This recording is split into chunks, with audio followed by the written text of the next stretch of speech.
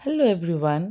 যোৱাকালি মোৰ এনিভাৰ্চাৰী আছিল আৰু মোৰ স্পেচিয়েল ডে'টো মানে আমাৰ স্পেচিয়েল ডে'টো আমি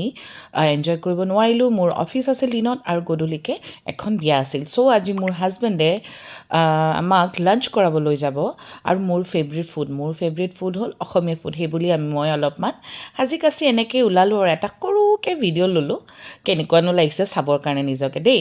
আৰু এনেকৈ ক'ত গৈ পালোঁ আমি মোৰ ফেভৰেট জেগা আজিকালি মোৰ হেঙেৰাবাৰীত থকা মাজুলী বুলি এখন ৰেষ্টুৰেণ্ট খুলিছে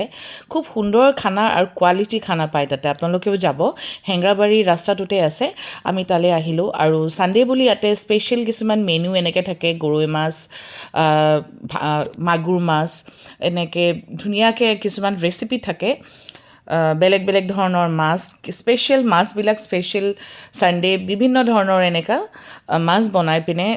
ৰেচিপিবিলাক ইয়াতে এনেকৈ ডিছপ্লে' কৰি থৈ দিয়ে ইয়াৰ পৰাও আপোনালোকে ল'ব পাৰে কিন্তু মই ইয়াৰ পৰা নল'লোঁ ইয়াৰ যোনখন মিচিং থালি আছে ইয়াৰ যোনখন মানে স্পেচিয়েল পৰ্ক থালি আছে সেইখনেই লৈছিলোঁ আৰু লগতে মই ডাক লৈছিলোঁ আৰু ইমান খানা আহিছে আপুনি এয়া চাওকচোন ভেজ থালিখনতে মানে এনেকৈ পাতত দিয়া ৰাইচ কচু শাক মাটিৰ দালি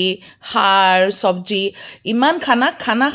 খাই শেষ কৰিব নোৱাৰিলোঁ লাষ্টত আমি এনেকৈ খানাখিনি পেক কৰি আনিব